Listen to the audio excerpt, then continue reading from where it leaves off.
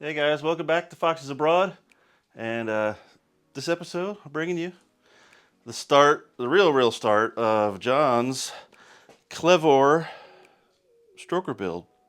So, what we got here, if you haven't seen it in the previous channels, there are previous episodes on my channel, we have a World Man of War block. You can tell, even without looking at anything else, just by seeing the extra set of head bolts around every single cylinder.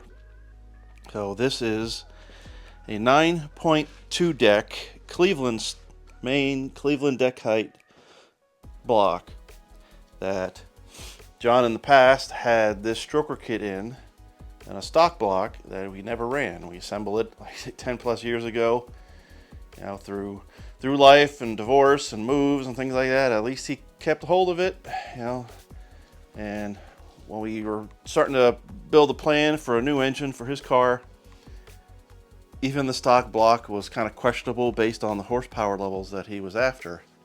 So right now, we finally got all the parts to start assembling the block. We were waiting forever for just something as simple as the hardware kit. These are all the oil galley plugs, dowels, core plugs, and things specific to this block because it is so different and unique versus like a stock 302 or small block Ford. It has a total of 10 core plugs for areas around the block versus 6 for a standard 302 because it has 2 extra at the front and 2 extra at the back. Let me turn a little light here so you can see a little better. Plus, there's all sorts of extra oil galley changes and modifications in these blocks. So there's plugs there, plugs required here that aren't normal, plugs required here that aren't normal. And even at the front, you have plugs here, a plug here. And I don't think, that's not one, but yeah, that's a standard oil pressure pickup. But there's lots of stuff that's a little different on this block that requires additional core plugs and galley plugs, things like that. Now that we finally got that, I just finished doing a last prep on this block, getting ready to start assembling it. I had all my engine brush kit, took it outside, washed it, brought it back in, solvent washed it, and I just gave it a little light coat of WD in the bores and the machining surfaces, just to kind of pretty it up. I mean, it's literally just prettying it up for the camera before final assembly. But what I'm gonna do first, now that it's in its virgin state, is install the cam bearings.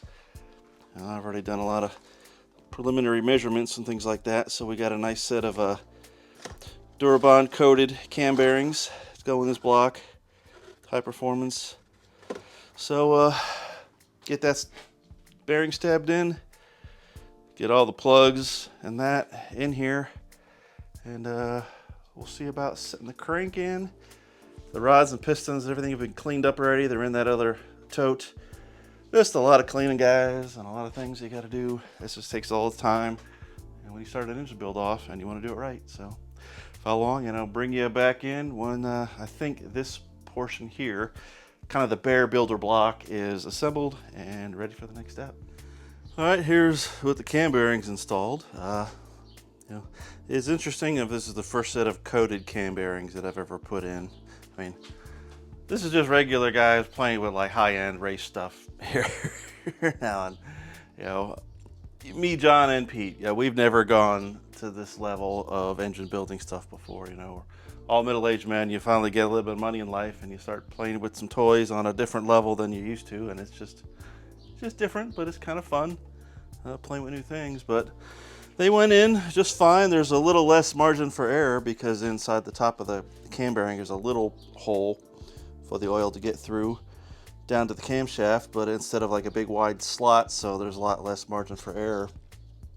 So put the back one in first, and then I had it offset a little bit, so I marked, I don't know if you can see, with a Sharpie, I put a screwdriver through, marked where the oil hole comes through the bottom, just so it helped me line the cam bearing up easier as I tapped them through. And this is just the old E303 cam that came out of the coupe. It's a 5-liter engine. Only a couple thousand miles on it, but I put it in there, and it spins nice and true. Hardly any effort. Just put a couple drops of oil on it on each lobe, and yeah, that's a success. So we're gonna pull this cam back out, stick it back in the bag, put it back in storage.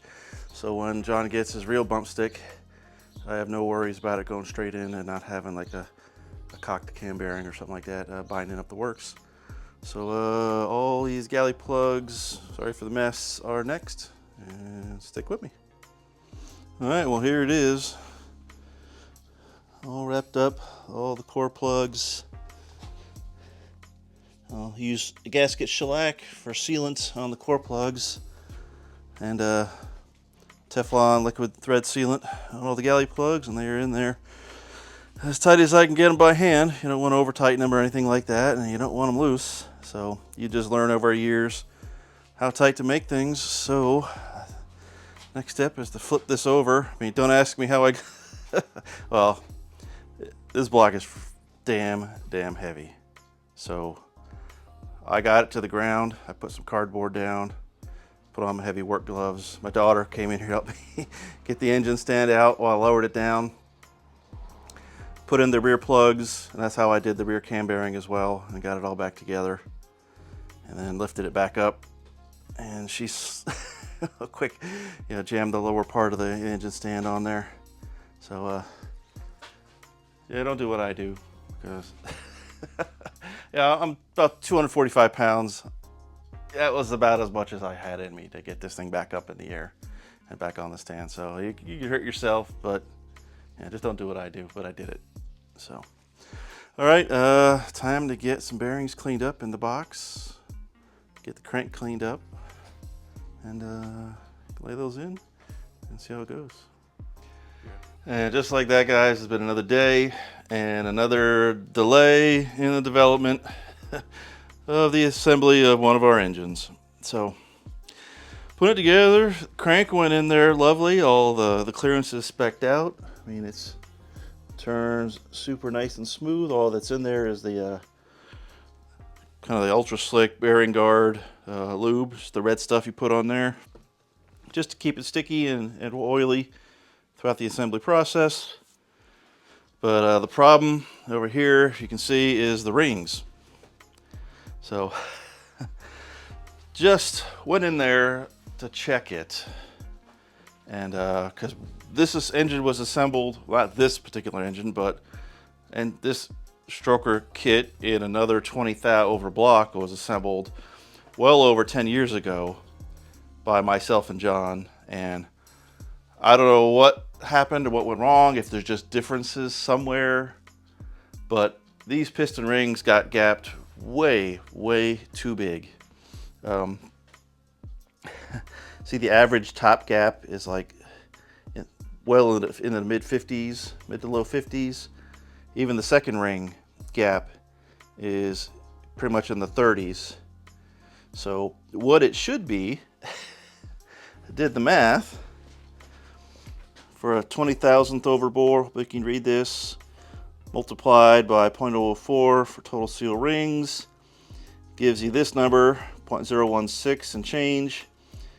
Then you add a couple fudge factors for turbo boost and forged rings or forged pistons, stuff like that, and you get 0.02208, 022 and change. So 22 thou instead of like 50 thou or 58 thou. So all these gaps on the top ring are double what they should be for. I mean, this is like max boost with all, all the fudge factors worked in. This is the max side of the spectrum. It should probably be maybe 20 or 21 thou, if we're not going full, like on crazy boost or anything like that. So 2.5 times at least the top ring gap there should be. And the second ring gap, modern people have you do it so the second ring gap is bigger than the first ring gap to let the boost pressure or the compression gases past the second ring, so the top ring stays stable in the ring groove and it doesn't flutter and you won't lose ring seal. So even the second ring is well more than it needed to be, or than it needs to be. So we have to order ourselves a set of rings to go back in this thing, and before we can progress any further. So that's life over here at Foxes Abroad. Always something, always waiting on parts, but thank goodness we're still waiting on enough of this, so this shouldn't be a big detractor to get us getting it ready. So because the camshaft and the valve train is the last thing that we'll be waiting on right now, because I think John has the order in with Flowtech Induction, and as soon as they commits to a set of specs, the cam and the lifters will be on order, and then as soon as we get those, and then hopefully the other head shows up, and then we can get the top end together, mocked up, check for push rod length. You know, it's the process. So, but yeah, thought I would get at least the short block assembled, pistons or connecting rods in and stuff like that. But here's where it's going to sit for a little while anyway. So just, you know, good heavy dish blower piston. But that's where we're going to sit for now, guys. Other than that, that's about it. So thanks for sticking around, and I'll catch you again soon with the next update. See you soon.